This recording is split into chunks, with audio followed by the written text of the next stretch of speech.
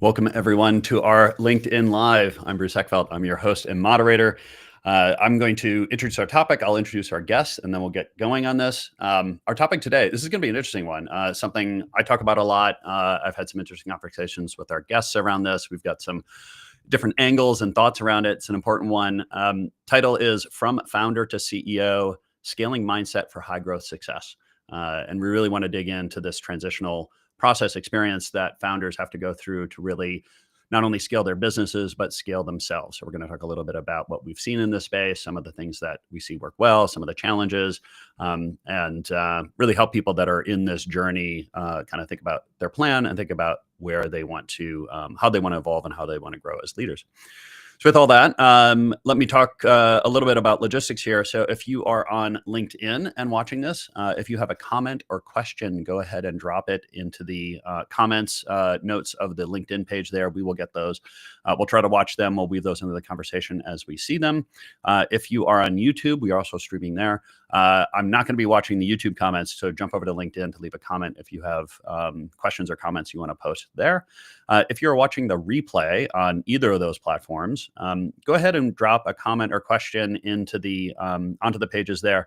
We'll watch those for the coming days and weeks, try to respond to people. So even if you're on the replay, go ahead and drop comments and questions. Let's get into our guests here. So first up, we've got Buck Badbray.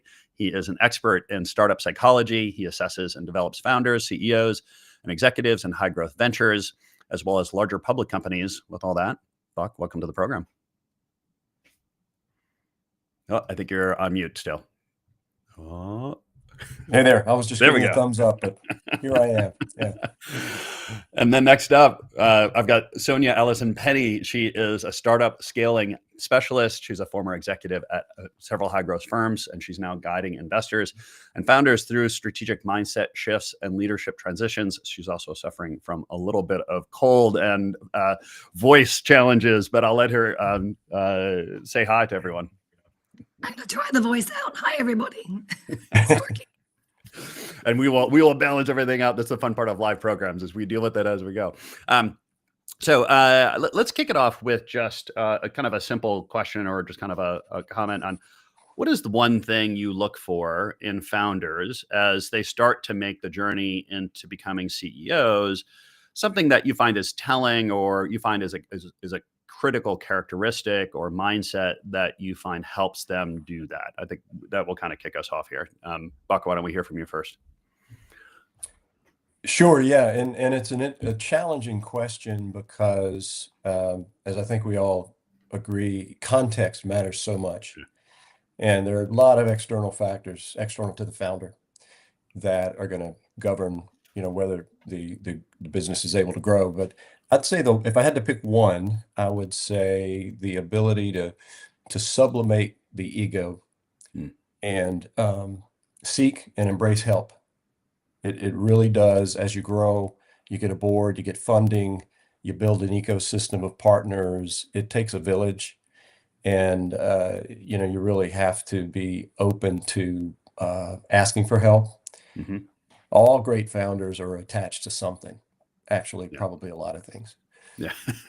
And so it's building that supporting cast, I think, is one of the signature traits or abilities. Yeah.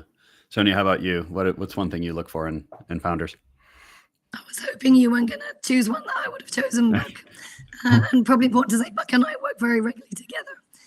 I would choose adaptability. Okay. So it was in your LinkedIn upfront, evolve or opt out. Yeah. And for me, the CEOs that I've seen really make it through the different parts of the S-curve are the ones that have gone through self-awareness. And they've seen the context is changing, to build on what Buck was saying, that the context matters. And they've evolved. So adaptability is a key thing that I look out for, which is linked to growth mindset, fixed mindset. Yeah. So growth mindset. Mm-hmm. Yeah. Yeah. I think, the one thing I've, it's certainly the ability to sort of sublimate and really kind of let go of the ego and adaptability. I think the thing that I've noticed is a lot of founders are great founders because they're so direct, right? They have great access to customers, to the product. They're often kind of very technical, or they have this intuitive understanding of what it actually is, and being able to work through other people, right? Like that they are able to kind of build teams that allow the teams to do the work. And I find that founders struggle, founders that can't let go of that still need to be highly involved in the actual talking to the customer, developing the product, can be difficult for them to actually work in a real CEO mode rather than let it go to the founder mode. I guess what are you brought up a question, or I think, Buck, you mentioned this thing of if they choose to, or maybe it was Sonny, you said if they choose to move into that. Do you feel like all founders can be CEOs or maybe should be CEOs? And talk to me a little bit about that, because I think that's one assumption that I run into a lot with founders, is that they assume they're going to be with the company until they're publicly traded, right? So Buck, what's your kind of assessment on do all founders become CEOs or not, and why? Yeah, well, and one question is, what do we mean by CEOs? There are those who are in, what Paul Graham would call founder mode, and they're just all in the business, but they have a title of CEO. They're not really acting as what I would call a growth leader. But I think founders have amazing superpowers, typically, if they've gotten this far to receive funding and get into a growth stage. Most of those don't lend themselves necessarily to being a classic CEO. And I think of that where executive acumen and skills come together with entrepreneurial acumen and skills. Nor do many of them, once they get into it, actually realize they like it or want to. So, one founder recently, CEO, had closed 90% of the 3,000 B2B client deals before they received growth equity funding. And that was his superpower. And so after a while, he came to the conclusion, with some help, that he wasn't really cut out to be the CEO, nor did he want to be. And so his ideal role, after bringing in a COO who then moved into the CEO role, he's a high-level individual contributor, contributing greatly to the growth of the business. Sonia, any thoughts or examples on this one? Yeah, I'll build on what Bug said. That with some help, sometimes you can self-conclude that there's another role that you can play that plays to your strengths. And if we look at out of 10,000 founders in Noah Wasserman's book, Founder's Dilemma, 50% were the CEO after 3 years of the founders. So there's quite a high churn, which tells you that not everybody can stay there. But the one question that I tend to ask CEOs as I see it evolving is, what does the company need from its CEO? And it's amazing how many of them struggle to answer the question, because they're looking from an inside out point of view. My company, my passion, my vision, what do I need from the company? Because it's so ingrained. They've put so much in. And so oftentimes I'll just gently challenge, what does the company need from its CEO? And it completely changes the dynamic. And then you start to build a job description of what's required of the CEO. And then you can work through, do you want to plug those gaps? Is that going to motivate you? Should I think a lot of this awareness and self-reflection, and there's always a question between, can you and do you want to, right? And I've certainly run into cases where people want to, but they don't necessarily have the skills or capabilities or are willing to make the decisions or trade-offs to do there. But I find the other way too, right? There's definitely people that founders I've met who are probably quite capable, right? They demonstrate the skills and the capabilities and the mindset, and they could make the shift, but they choose not to, right? Because it's not what they want to do. And I think it takes a pretty big person to be founding a company, running a company, and having the skills to actually take it to the next level and decide that personally that's not what they want to do. And maybe they want to actually step out. Maybe they've got another company they want to start. Maybe they want to take on a senior role, functional head role, or, I find this happens a lot with highly technical founders, where they're technologists or professional services. They're expert lawyers or accountants, or they've got security experts or something like that, and they really want to stay in the work somehow, and they want to go into like the chief science officer or chief product officer or to Buck's example, sales, right? They love selling. They love being in the market. They love selling. Put them in CRO and let them sell and do what they want. And we kind of tease apart the ownership, governance, and how they still have roles in terms of oversight, but they don't actually want that head of company role as they move into 50, 100 million. It's a very different kind of business. I'm curious what you've seen in terms of specific scenarios and in terms of founders you've worked with, and how you've helped them kind of grapple with that decision of, do you want the job? Can you do the job? And how do we kind of sort through that and then find potential paths based on that? Sonia, I know you had some examples on that one you wanted to give. Yeah, so one of my clients is actually on the call today, Yeah. and he gave me permission to share his story because he's quite skeptical about some of the people side, because he's a techie, very, very successful. And I'm working with his chief of staff at the moment, where we're carving out 10% fun. What's the 10% of stuff that he would be diminished if he didn't get an opportunity to still work in the playground of the techie side. So why should we lose that? So 90% of the job is the CEO, and he's growing and he's learning against his preferences sometimes. Yeah. And he's really stacking up, which is excellent. But we're carving out that period so that he gets re-energized, because I think that's so important, willing versus able. And so you can learn some of the able stuff, but you can't fake the willing. Yeah. So if we can find a way to keep the energy going, then I think that's really important. Yeah. Yeah. Buck, any good examples here? Yeah, I think generally there's value in giving it a little bit of time typically. And so, 6 months in, I mean, after let's say a funding event, and we know that we got some jet fuel, we're going to grow this thing, we're going to bring in seasoned executives. I think it's difficult in the outset to really know, do I have what it takes, or how high I can lift my capabilities, but also, do I want to? Am I enjoying this? And it also provides an opportunity, once a team it has matured a bit, to get some real honest feedback. So I think all of us do, traffic in some 360 feedback methodologies that help a founder, CEO take an honest look in the mirror in terms of not only how they're wired, but how others are experiencing their performance, for lack of a better phrase or word. And, then it's how do you build that trust, that dialogue, and not just between yourself, the founder, and let's say an executive coach, but also among the board, ideally. Yeah. You're having an ongoing dialogue in terms of, am I well suited to be in the classic CEO role? Or I could have that title, but we need a high-level operator. We need a world-class operator to come in, and we could be a dynamic duo. Yeah.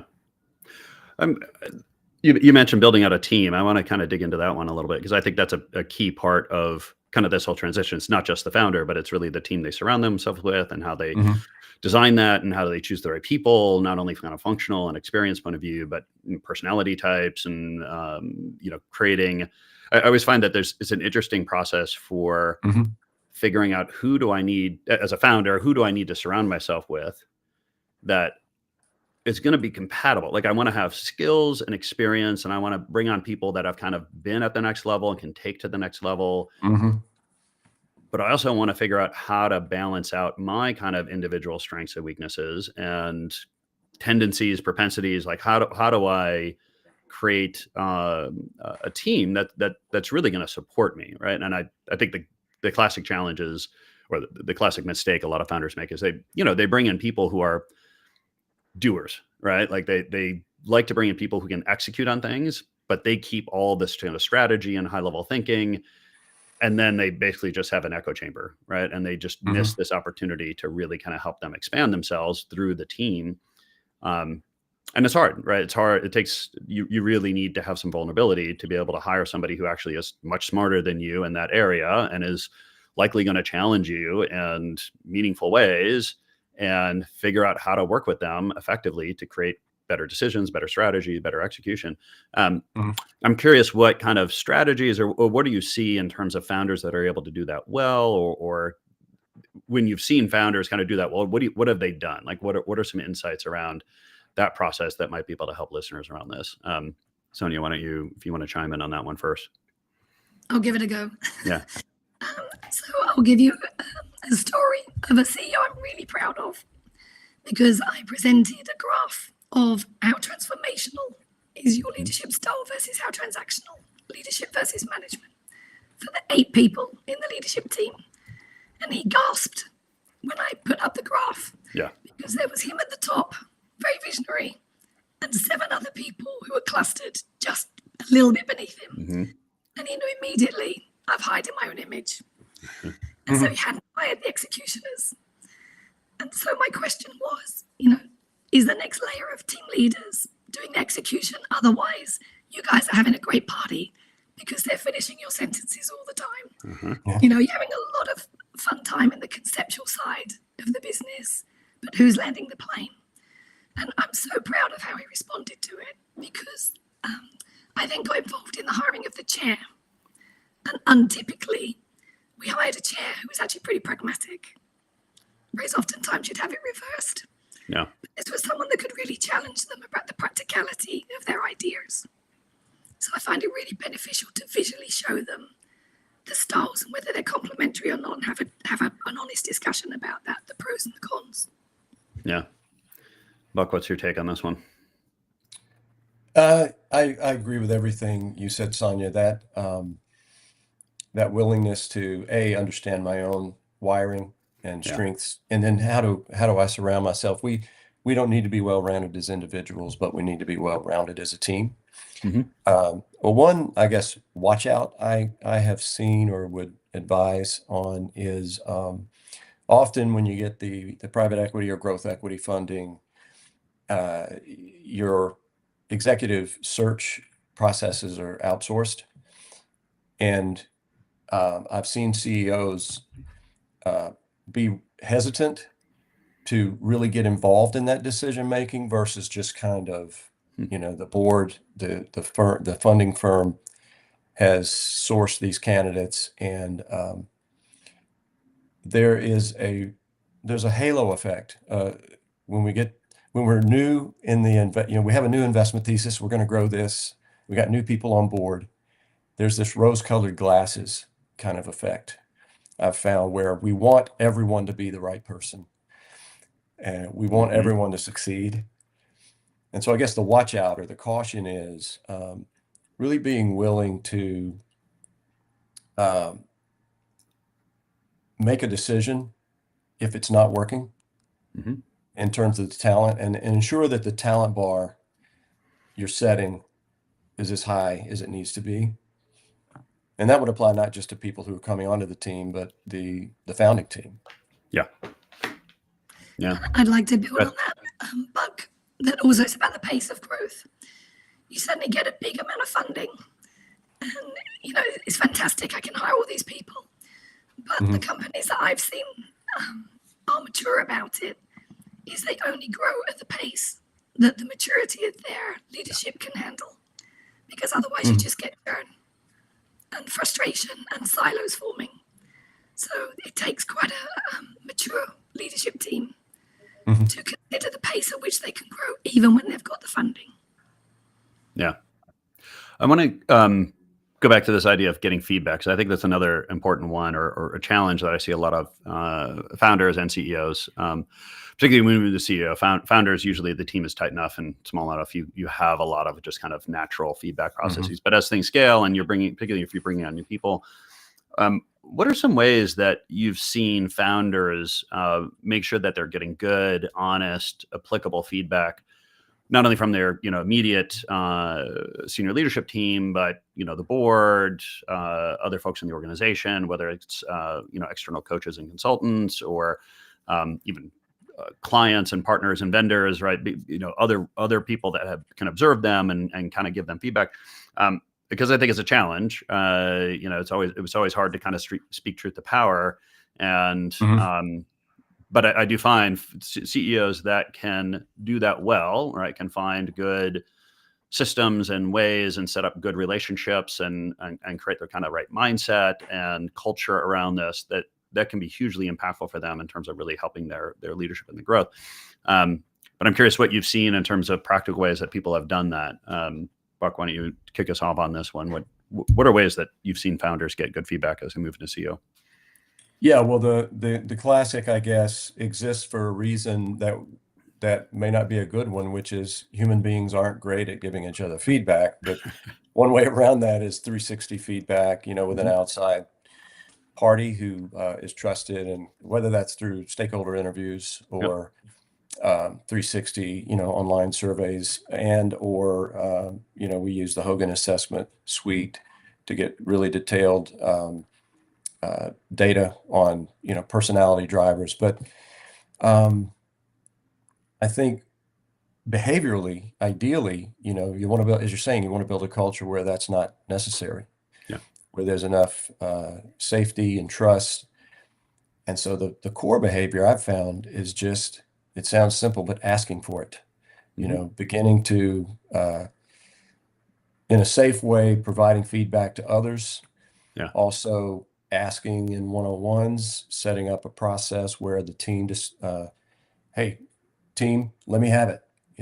There, no holds barred. I'm taking off my armor, and it's out of the comfort zone initially, but eventually that kind of barometer or thermostat resets if we're all willing to go there. Yeah, it's easy to say. Yeah.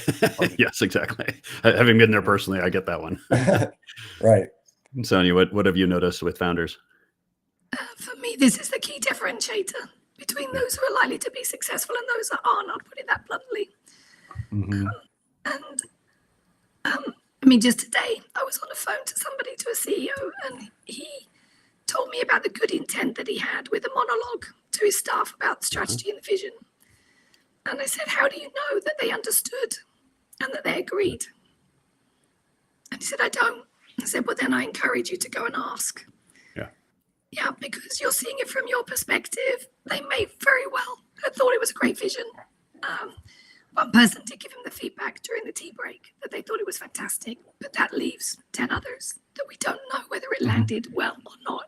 So for me, there's both formal mechanisms like the 360, the Hogans, and informal. And because I do due diligence on behalf of investors, there's two questions that I ask. For an individual leader, how do you know that your leadership style is effective? And it's amazing how people pause because they've never really thought about what's my measure of effectiveness. And it can be really informal. Well, people tell me, or it can be formal engagement surveys.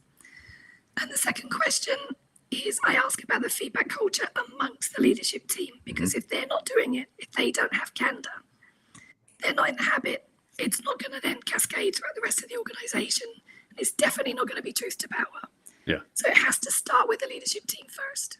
They have to role model it.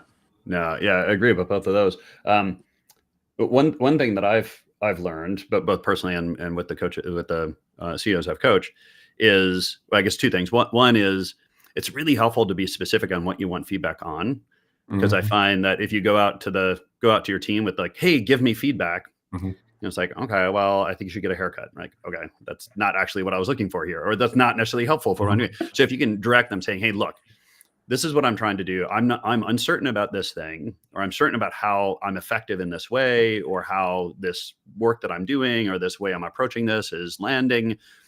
I would like feedback on this thing. And, I want, this is the type of feedback I want.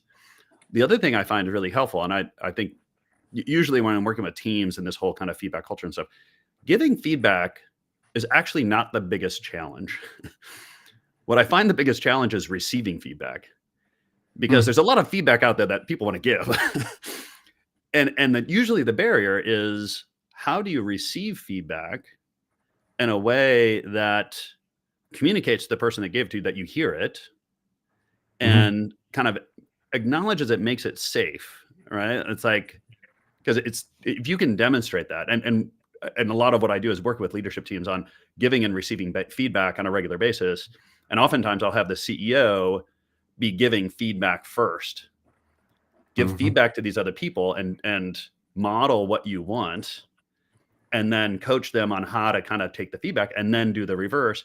And if you can get a team that is really good at receiving feedback, that will just, it fuels the cycle. So now people are like, oh, it worked. They actually listened to it. And maybe they made the change I thought they were going to make. Maybe they didn't. Maybe they made a different change, but there was some kind of response. And so the effort that I put into and the risk that I took in giving feedback, A, I was safe, and B, actually had some kind of impact. So, okay, great, I'm going to do more of that. And I find that if you can really get, I want feedback on this, and then when you actually get it, do something with it, respond to it, acknowledge it, and then take some kind of action, like that will start to create a little bit of that engine. And if they don't, if founders, it's like, hey, I just want feedback, and then nothing happens, and people feel like they're just, dropping notes into a void, right? It will really kind of lock that system up. If I have 1 minute, there's an adjacent layer here that I think is really critical as well in creating that engine, as you call it. And that is, it's not just feedback about each other.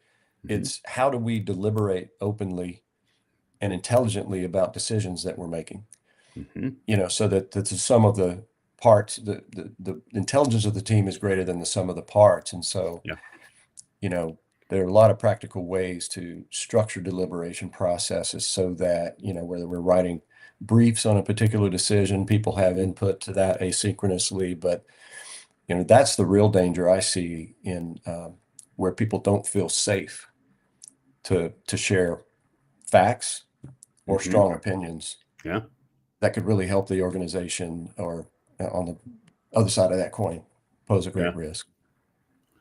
Yeah, Sonia, did you have a comment on that one? Yeah, this for me loops back to what we said at the beginning about evolving. And one of the key measures for me is about the maturity of decision making. So I totally reinforce what you say, John, that spontaneous decision making might have really swung when you were a small company, 20 people, visionary founder.